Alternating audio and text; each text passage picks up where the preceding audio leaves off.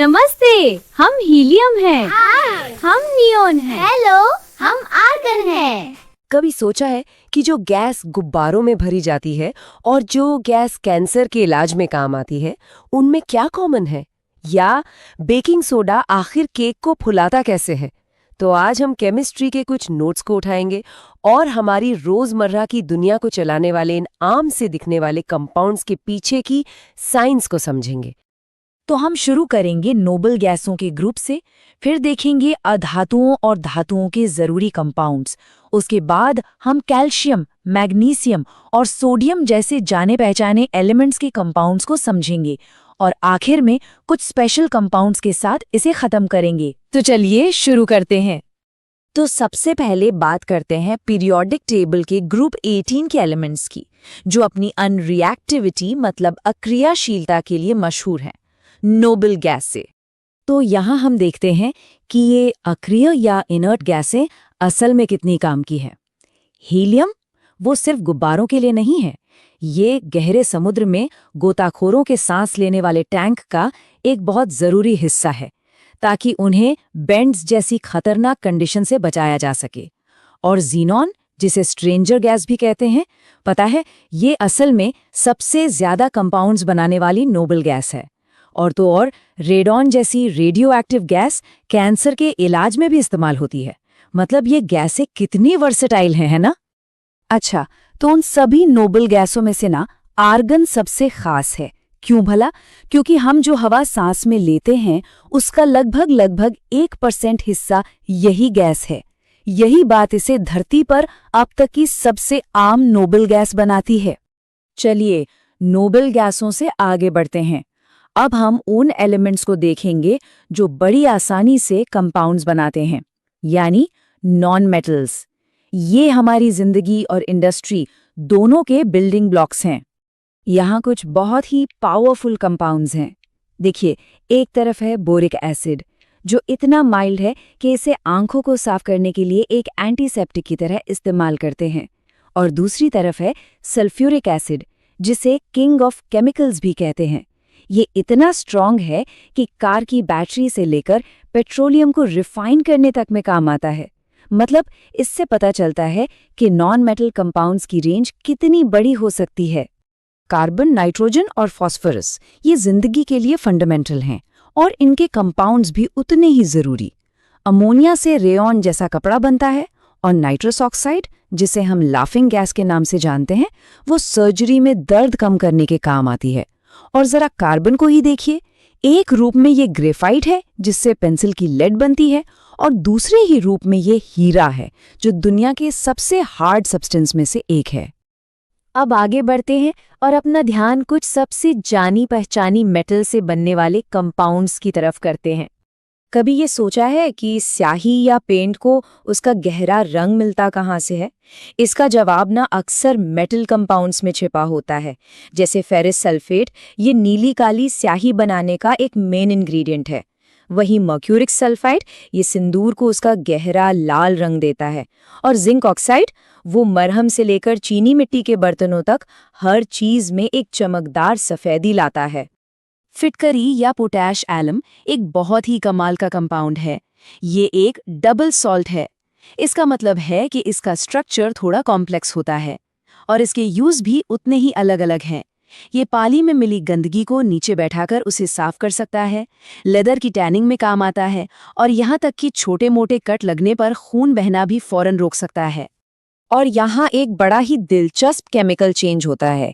जब फिटकरी को 200 डिग्री सेल्सियस पर गर्म किया जाता है तो इसके क्रिस्टल स्ट्रक्चर में जो पानी के 24 मॉलिक्यूल्स फंसे होते हैं ना, वो भाप बनकर उड़ जाते हैं। पीछे जो बचता है वो एक फूला हुआ पोरस सा पदार्थ होता है जिसे बर्न्ड एलम कहते हैं। मतलब है तो वही केमिकल, लेकिन एक बिल्कुल अलग ही रूप में। चलिए अब पीरियोडिक टेबल के ग्रुप 2 पर चलते हैं।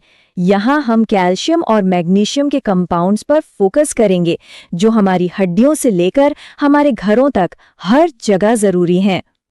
कैल्शियम कंपाउंड्स ये हमारे आसपास की दुनिया को बनाने और साफ सुथरा रखने में बहुत मदद करते हैं। कैल्शियम कार्बोनेट को ही ले लीजिए, ये सीमेंट और टूथपेस्ट दोनों का बेस है। प्लास्टर ऑफ पेरिस मूर्तियों को शेप देता है और टूटी हड्डियों को जोड़ने वाले प्लास्टर में भी इस्तेमाल होता है। और ब्लीचिंग पाउडर, वो तो एक पावरफुल डिसइंफेक्टेंट है ही। कमाल की बात ये है कि ये सब एक ही एलिमेंट से आते हैं, लेकिन इनके काम कितने अलग-अलग हैं। तो सवाल ये है कि ये पावरफुल ब्लीचिंग पाउडर आखिर बनता कैसे है। प्रोसेस हैरानी की बात है कि काफी सिंपल है। बस बुझे हुए चूने यानी स्लेक्ट लाइम के ऊपर से क्लोरीन गैस को पास किया जाता है। बस एक सीधा सादा सा केमिकल रिएक्शन, जिससे एक बहुत ही काम का प्रोडक्ट तैयार हो जाता है। पेट की एसिडिटी के लिए मिल्क ऑफ मैग्नीशिया का इस्तेमाल तो कई लोगों ने किया होगा, तो वो असल में मैग्नीशियम हाइड्रोक्साइड ही है। लेकिन मैग्नीशियम के कंपाउंड्स का इस्तेमाल सिर्फ यहीं तक नहीं है। ये हाई टेम्परेचर सहने वाली ईंटों से लेकर कपड़ा इंडस्ट्री में सूती धागे को मजबूती देने तक में भी काम आते हैं। अब बारी है सोडियम के कंपाउंड्स की, जो हर जगह मौजूद है और बहुत ही ज्यादा काम के हैं। रसोई में एक डिब्बा बेकिंग सोडा या सोडियम बाइकार्बोनेट का तो मिल ही जाता है ना? लेकिन ये सिर्फ बेकिंग के लिए नहीं है। ये कुछ तरह के आग बुझाने वाले यंत्रों में एक मेन इंग्रेडिएंट होता है, क्योंकि ये कार्बन डाइऑक्साइड छोड़ता है। और तो और इसे एक हल्के एंटीसेप्टिक की तरह भी इस्तेमाल किया जा सकता है। तो ये बेकिंग सोडा आखिर अपना जादू चलाता कैसे है?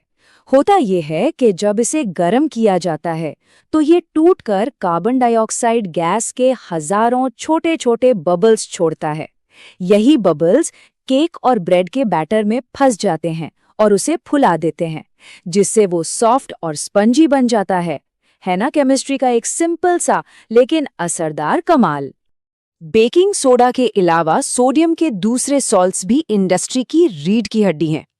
सोडियम कार्बोनेट यानी वॉशिंग सोडा, ये कांच और डिटर्जेंट बनाने में मदद करता है। और सोडियम हाइड्रोक्साइड, जिसे कॉस्टिक सोडा भी कहते हैं, वो साबुन और कागज बनाने के लिए बहुत जरूरी है।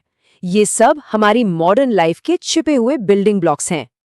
और आखिर में चलिए कुछ ऐसे स्पेशल कंपाउंड्स और रिएजेंट्स को देखते हैं जिनके यूज बहुत ही यूनिक और पावरफुल हैं, जो उन्हें बाकियों से अलग बनाते हैं। ये लिस्ट दिखाती है कि केमिस्ट्री हमें कितनी अलग अलग दुनियाओं में ले जा सकती है।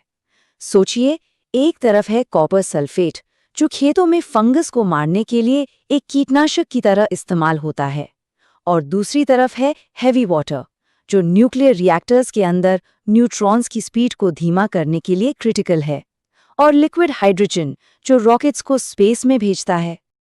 और हम अपनी लिस्ट खत्म करते हैं दो पावरफुल डिसइंफेक्टेंट्स के साथ। एक है पोटेशियम परमैंगनेट, जिसे आम भाषा में लाल दवा भी कहते हैं। ये पानी को साफ करने के लिए काफी असरदार है। और दूसरा है बोरेक्स, जो एक आम घरेलू केमिकल है और टूथपेस्ट और माउथ वॉश जैसे पर्सनल केयर प्रोडक्ट्स को डिसइंफेक्ट करने में मदद करता है। तो एक मामूली से डिसइंफेक्टेंट से लेकर रॉकेट फ्यूल तक हमने देखा कि कैसे ये केमिकल कंपाउंड्स हमारी दुनिया को ऐसे तरीकों से चलाते हैं जो हमें दिखते भी नहीं। और ये हमें एक आखिरी सवाल पर लाके छोड़ देता है। आज हमने जितने भी केमिकल्स देखे, उनमें से किसका रोजमर्रा की जिंदगी पर असर सबसे ज्यादा हैरान करने वाला लगा? इस पर सोचिएगा।